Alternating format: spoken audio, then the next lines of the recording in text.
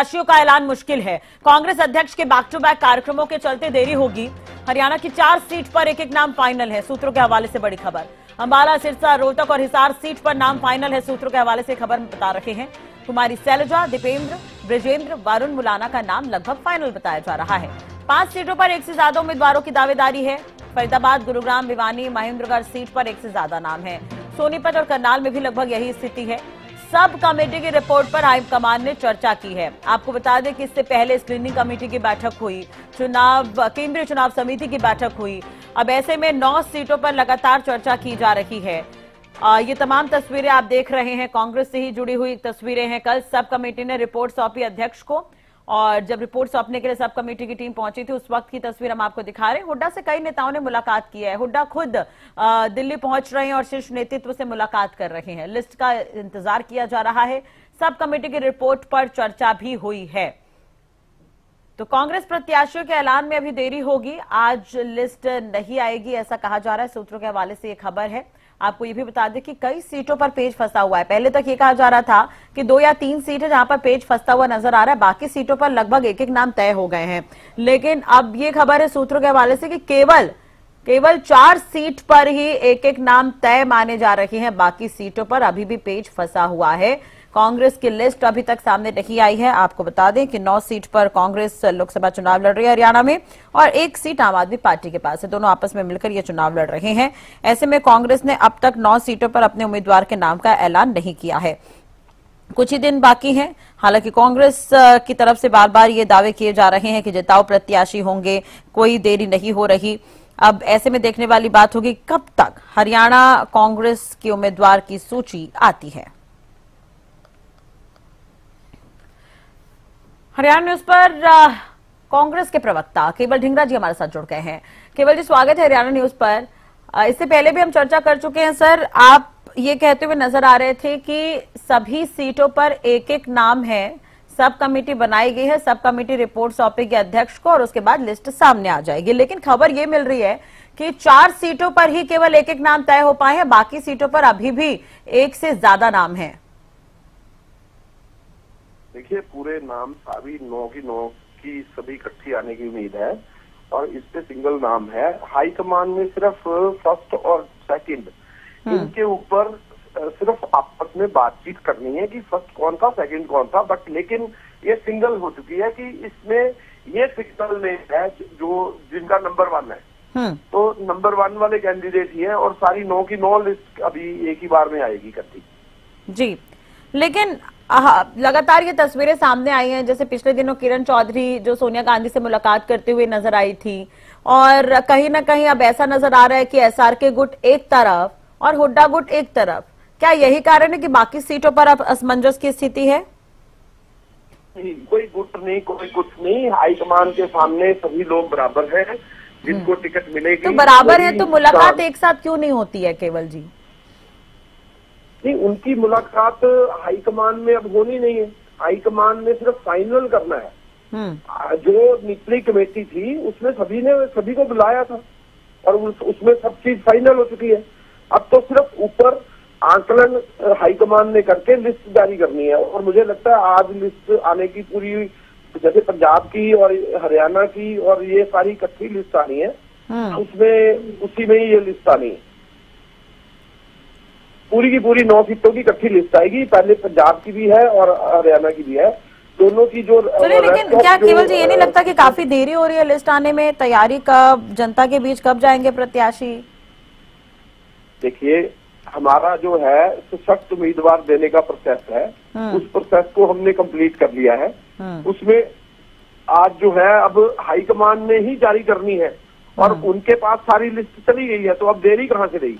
अब आज लिस्ट तो आनी है, आ जाएगी या सुबह आएगी। और लेकिन पंजाब और हरियाणा जो आज हमारी मीटिंग्स हो रही थी सीईसी की, उस मीटिंग में वो क्लियर हो गई लिस्ट, और उसके बाद तो सिर्फ एक प्रिंट हो करके छपने का काम रह गया ना, तो वो आने का काम रह गया। चलिए, आप तो ये प्रिंट की बात कर रहे हैं, लेकिन खबर तो यही है केवल रोहतक, सिरसा और अंबाला सीट पर विवाद नहीं है। 4 सीटें ऐसे, लेकिन बाकी सीटों पर अभी भी कहीं ना कहीं विवाद की स्थिति है, ये खबर है। इसलिए मैंने आपसे कंफर्मेशन लिया। ब्रिजेंद्र ढींगरा जी, माफ कीजिएगा, ब्रिजेंद्र नेहरा जी हमारे साथ जुड़ गए, उनसे भी बातचीत कर लेते हैं।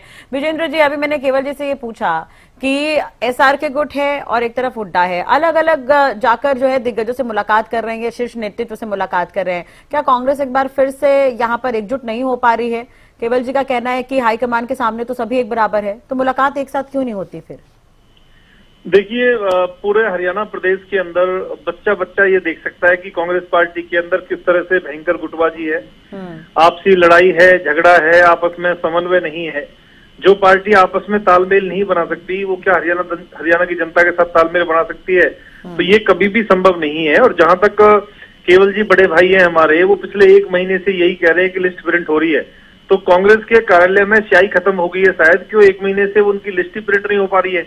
जहां भारतीय जनता पार्टी ने लगभग 1.5 महीने पहले अपने प्रत्याशी मैदान में उतार दिए, आज लगभग 1 महीने का समय बचा हुआ है चुनाव में। मैडम, अब तो गांव के अंदर, शहर के अंदर, हरियाणा में आम ये चर्चा शुरू होगी कि कांग्रेस डरी हुई है, कांग्रेस चुनाव लड़ना ही नहीं चाहती है, कांग्रेस के प्रत्याशी कभी भी मैदान में नहीं आएंगे। लेकिन इससे पहले तो उदय भान और दीपक बाबरिया कह रहे थे कि जब भी प्रत्याशी आएंगे तो वो जिताऊ प्रत्याशी होंगे। ये तो मैडम बलि का बकरा ढूंढ रहे हैं। कौन?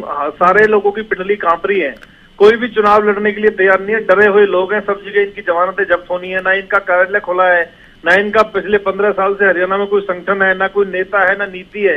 ये तो कांग्रेस पार्टी भ्रष्टाचार की जननी है, करेले की तरह है, जैसे करेले का स्वाद कभी बदलता नहीं है ना, ऐसे ही कांग्रेस का जो नेचर है ना, वो भ्रष्टाचारी नेचर है, वो कभी बदलेगा नहीं। मैडम देखिए, आज हरियाणा प्रदेश की जनता को कोई उम्मीद नहीं है कांग्रेस से, सब ये मान के चल रहे हैं। केवल जी क्या कुछ कहेंगे? अब देखिए, यही आरोप लग रहे हैं कि आप लोग खुद एकजुट नहीं हो पा रहे हैं, तो सरकार कैसे चलाएंगे? अब कांग्रेस तो ये दावा कर रही है कि सीटें जीतेगी। हाँ, अब नहीं आएंगे प्रत्याशी मैदान में, जनता मान रही है, चुनाव लड़ ही नहीं रहे, डर रहे हैं ये लोग।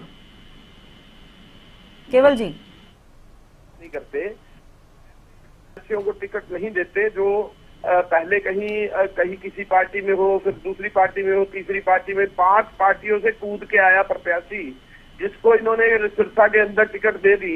ऐसे हम टिकट नहीं देते, हम किसी को इस तरह से दाव नहीं लगाते कि जिस आदमी का कोई आधार ही ना हो जनता के अंदर। हमारी जो टिकटें जाएंगी वो तो कांग्रेस में ब्रिजेंद्र सिंह भी तो हैं, फिर उनका भी तो नाम तय माना जा रहा है लगभग, वो भी बीजेपी से आए हैं। नहीं, ब्रजेंद्र सिंह बड़े नेता रहे, वो चाहे आईएएस ऑफिसर थे, आईएएस ऑफिसर से वो बीजेपी में गए थे, और बीजेपी से अगर वो कांग्रेस में आते हैं तो वो सिटिंग एमपी थे वहां पे। लेकिन केवल जी देखिए, इससे पहले जब बात हुई थी आपने, मैं हाइपोथेटिकल बात नहीं करता मैम, जब पहले मेरी बात सुन लीजिए, मैं हाइपोथेटिकल नहीं, आप हमारा बिल्कुल आप सिरे से हमारे को अच्छी तरह से छानने की कोशिश कीजिए कांग्रेस को। कांग्रेस हर बात के जवाब देगी, लेकिन बीजेपी किसी बात का जवाब नहीं देगी, भागते हुए नजर आते हैं। आपने कभी ये पूछा कि 5वीं बार 6वीं पार्टी से कूद करके आदमी बीजेपी में सिरसा में गया और वो आदमी जीतने का उसका आधार क्या है? क्या कौन वोट उस ऐसे आदमी को देना चाहेगा जिसका कोई अपना आधार ही नहीं है? क्या एक मोदी जी और अमित शाह जी पूरे देश के बीजेपी के नेता है, बाकी कोई एमपी का कोई? ठीक है, आप पूछ तो रहे सवाल, दे देंगे नेरा जी जवाब। जी नेरा जी, मैं जवाब देता हूँ मैडम। देखिए, मैं बताना चाहूंगा आपको मैडम कि माननीय प्रधानमंत्री जी के लिए इन्होंने बोला, तो इनको ध्यान होना चाहिए कि ये प्रधानमंत्री का ही चुनाव है। देश के अंदर लोकसभा चुनाव चला हुआ है और जनता के वोट से एमपी मिलकर के प्रधानमंत्री चुनते हैं, और प्रधानमंत्री का चेहरा पूरी दुनिया में सबसे लोकप्रिय चेहरा, नेतृत्व तो हमारे पास है माननीय प्रधानमंत्री श्री नरेंद्र मोदी जी के रूप में। कांग्रेस पार्टी से मेरा ये सवाल है अपने नंबर पे, वो बताएं कि इनका प्रधानमंत्री का एनडीए गठबंधन का उम्मीदवार कौन है? ये तो बिना ड्राइवर की गाड़ी है, बिना ड्राइवर के गाड़ी किस खाई में जाके गिरेगी ये जनता अनुमान लगा रही है। और एक तरफ ऐसा ड्राइवर है, मशहूर ड्राइवर है, लोकप्रिय ड्राइवर है माननीय प्रधानमंत्री नरेंद्र मोदी जी के रूप में, जिसकी गाड़ी में देश की 140 करोड़ जनता बैठ के अपने आप को सुरक्षित महसूस करती है, अपने भविष्य को सुरक्षित महसूस करती है। और एक तरफ ऐसा ड्राइवर है जो एक तरह से बंदर की तरह है, उसके हाथ में उसरा देंगे तो पता नहीं किसकी अपनी ही गर्दन में मार ले उसको। ऐसे इनके पास में ना कोई ड्राइवर है, ना कोई प्रधानमंत्री का उम्मीदवार है, ना कोई नेता है, ना नीति है। ठीक है, किसके नाम पे वोट मांग रहे हैं? एक चीज और मैं आपसे जानना चाहूंगी कि इतना वक्त बीत गया है, इससे पहले बीजेपी ने अपने प्रत्याशी उतार दिए और वो जनता के बीच जा रहे हैं। अब कांग्रेस की लिस्ट मान के चलिए आने वाले 1-2 दिन या 3 दिनों में आती है, फिर भी समय कम है, तो जनता के बीच प्रत्याशी कैसे जगह बना पाएंगे? क्या कांग्रेस कॉन्फिडेंट है इतने देर से लिस्ट आने के बाद, और जीत का आप लोग दावा कर रहे हैं? ऐसी जनता के ड्राइवर हैं मोदी जी जिसने 20 करोड़ रोजगार देश की जनता को देना था, नहीं दिया। ऐसी ड्राइवर हैं 100 स्मार्ट सिटियां देनी थी, नहीं दी। ऐसे ड्राइवर हैं जिन्होंने 15-15 लाख रुपए लोगों के खाते में डालने थे, नहीं दिए, वो जुमले हो गए। ऐसे ड्राइवर थे जिन्होंने महंगाई बढ़ा करके 400 का सिलेंडर 1200 का कर दिया। ऐसे ड्राइवर हैं जो दालें, पेट्रोल, डीजल सबके रेट बढ़ा दिए। ऐसे ड्राइवर हैं जो त्राहिमाम जनता कर रही है कि ऐसा ड्राइवर हमें नहीं चाहिए। ड्राइवर को अब छुट्टी करने का टाइम आ चुका, नया ड्राइवर आएगा और वो जो नया ड्राइवर आएगा वो ड्राइवर अब चलाएगा और सारी जनता उसके साथ चलेगी। अब ये तो खैर जनता ही तय करेगी कि वो 5 न्याय 25 गारंटी चूज करती है, 2047 विकसित भारत का सपना पूरा करने को लेकर वो आगे बढ़ती है, ये तो जनता ही तय करेगी। लेकिन कांग्रेस की लिस्ट का इंतजार बेसब्री से है, क्योंकि प्रत्याशियों के नाम तय होंगे, वो जनता के बीच जाएंगे। कांग्रेस की लिस्ट में देखने वाली बात होगी क्या कुछ रहता है। चलिए, इंतजार रहेगा। बहुत बहुत शुक्रिया केवल जी बातचीत करने के लिए। नेहा जी, आपका भी बहुत बहुत शुक्रिया जुड़ने के लिए और बातचीत करने के लिए।